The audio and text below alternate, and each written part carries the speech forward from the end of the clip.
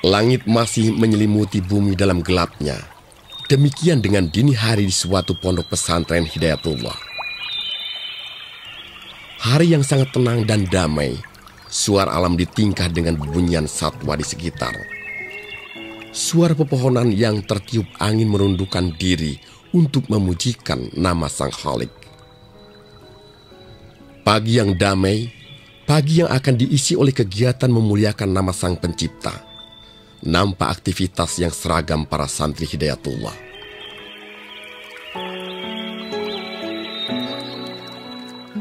Udara memang masih terasa dingin, namun jiwa-jiwa yang haus akan cahaya terang terasa bersemangat menjalaninya.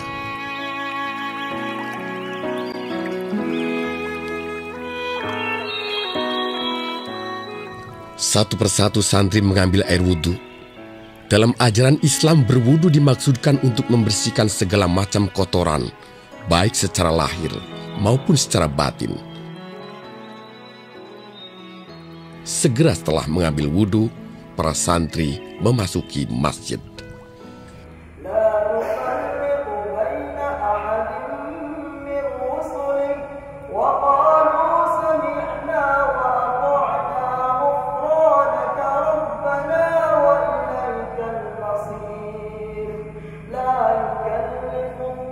Kalimat takbir telah dilafalkan, dan inilah sholat lail.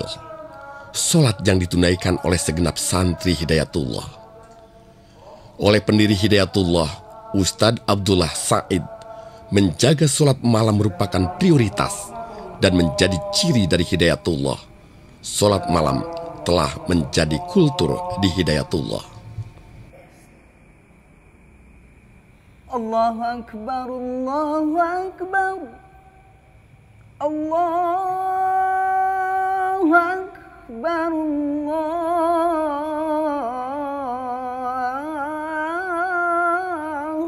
Suara muadzin berkumandang pertanda sholat subuh untuk segera ditunaikan. Para santri dan warga yang memenuhi masjid serentak mengambil posisi segaris lurus dan rapat. Berbaris-baris menegakkan sholat subuh berjamaah. Bersama dalam satu gerakan dinamis, bersama dalam menyembah dan berserah kepada Allah Subhanahu wa Ta'ala, pencipta seluruh sekalian alam. Setelah sholat subuh, santri mengelompokkan diri dalam halakoh-halakoh atau kelompok. Lantunan ayat-ayat suci berkumandangkan membaca kitab suci bersama-sama dalam bimbingan santri senior. Aktivitas ini adalah aktivitas rutin yang dilakukan oleh para santri hingga terbitnya matahari.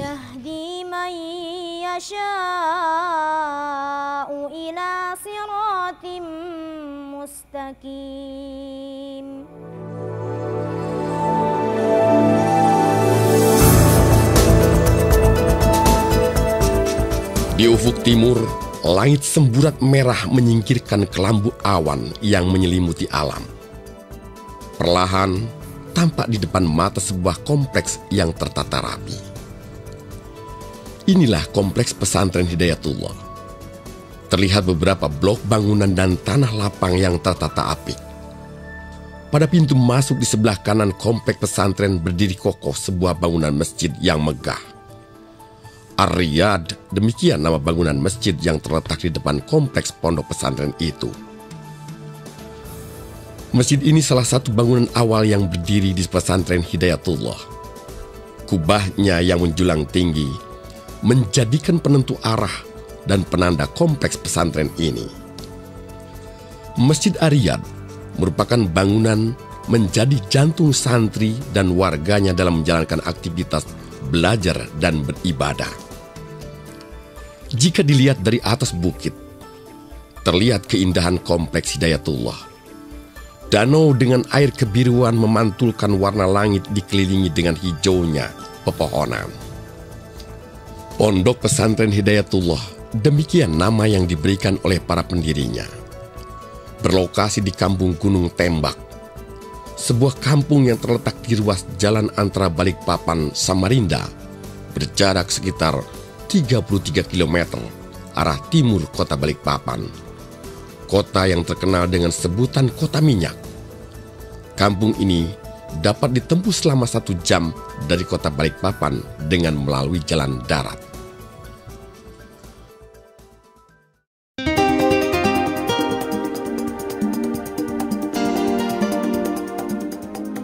Dengan menempati areal seluas kurang lebih 150 hektar, Pondok Pesantren Hidayatullah kokoh berdiri pada atas kegigihan Ustadz Abdullah Said dan teman-temannya.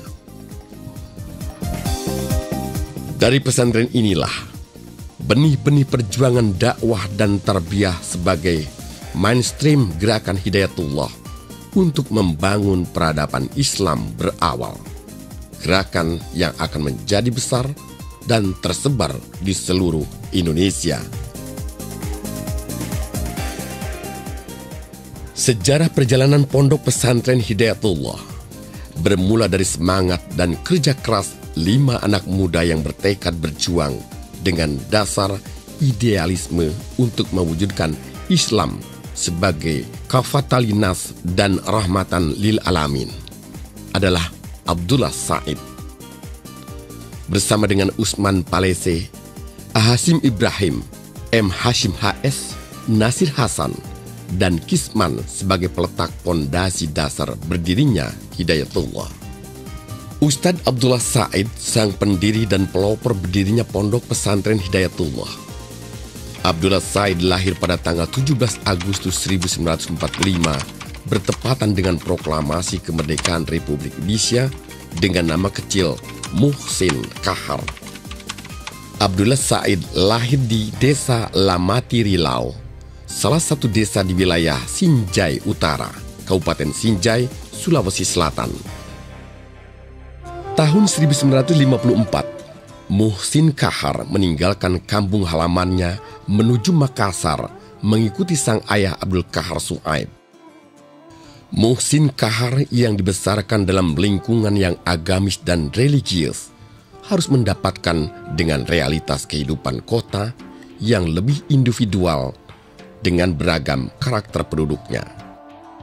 Kesadaran akan tanggung jawab lingkungan membuat Muhsin Kahar senantiasa berpikir untuk mewujudkan impiannya.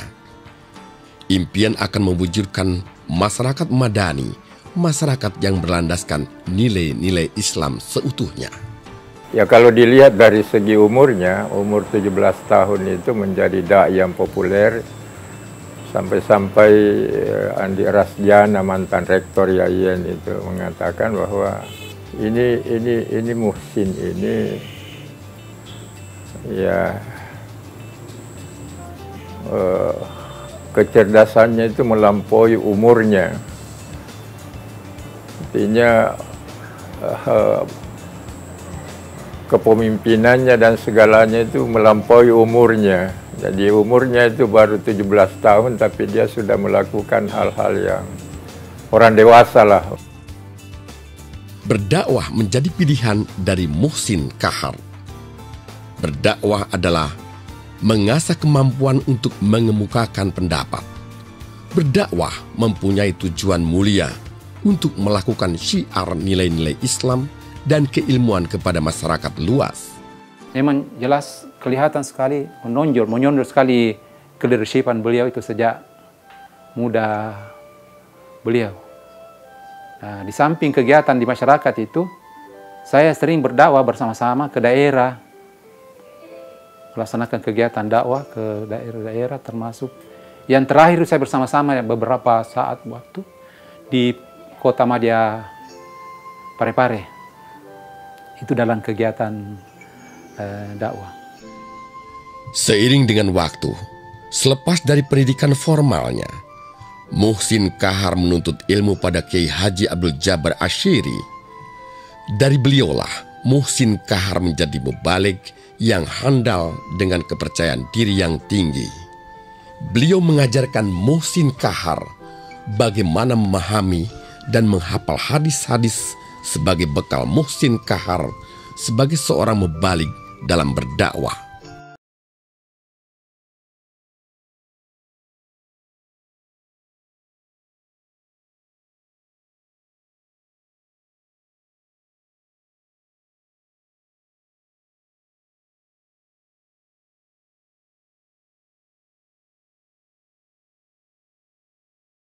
Kahar adalah seorang yang aktif dalam setiap organisasi yang diikutinya. Dakwah dan pengkaderan adalah posisi favoritnya Muhsin Kahar. Karena di posisi inilah, Muhsin Kahar dapat menuangkan ide briliannya.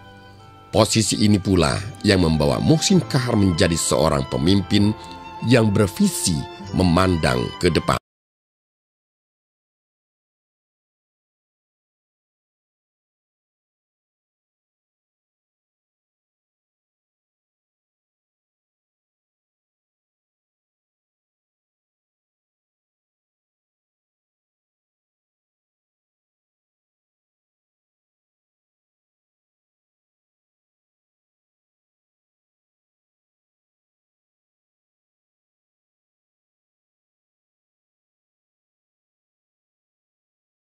Beliau telah membaca apa yang akan terjadi ke depan dengan visi yang beliau miliki itu.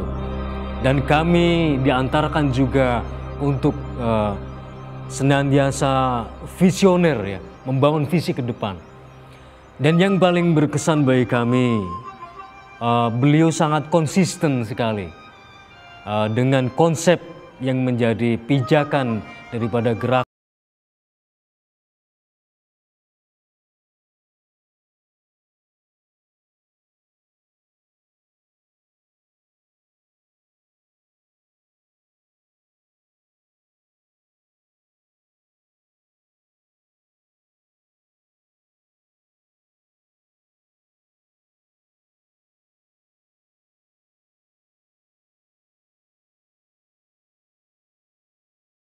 Kahar bertolak menuju Balikpapan dengan menumpang KM Gandaria Malam. Untuk keamanannya, Muhsin Kahar harus mengganti nama menjadi Abdullah Said. Muhsin Kahar yang telah berubah nama menjadi Abdul Said sampai di Balik.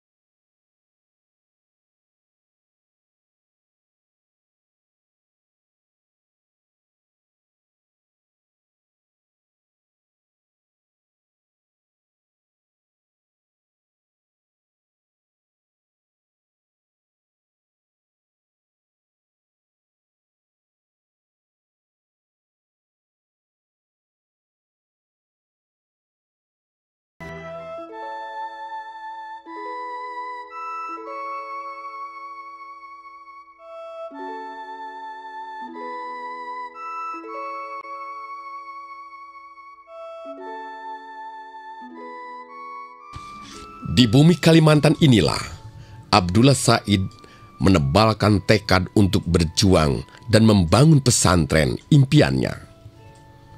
Sudah menjadi tekad Abdullah Said akan terus berdakwah dimanapun dirinya berada. Dakwah adalah prioritas Abdullah Said. Dakwah adalah tekad yang telah ditanamkan dalam hati Abdullah Said, tidak pernah luntur bahkan dalam kondisi apapun. Beliau biasa tegas dan tidak bisa tertahan-tahan kalau ada sesuatu yang tidak sesuai dengan penilaiannya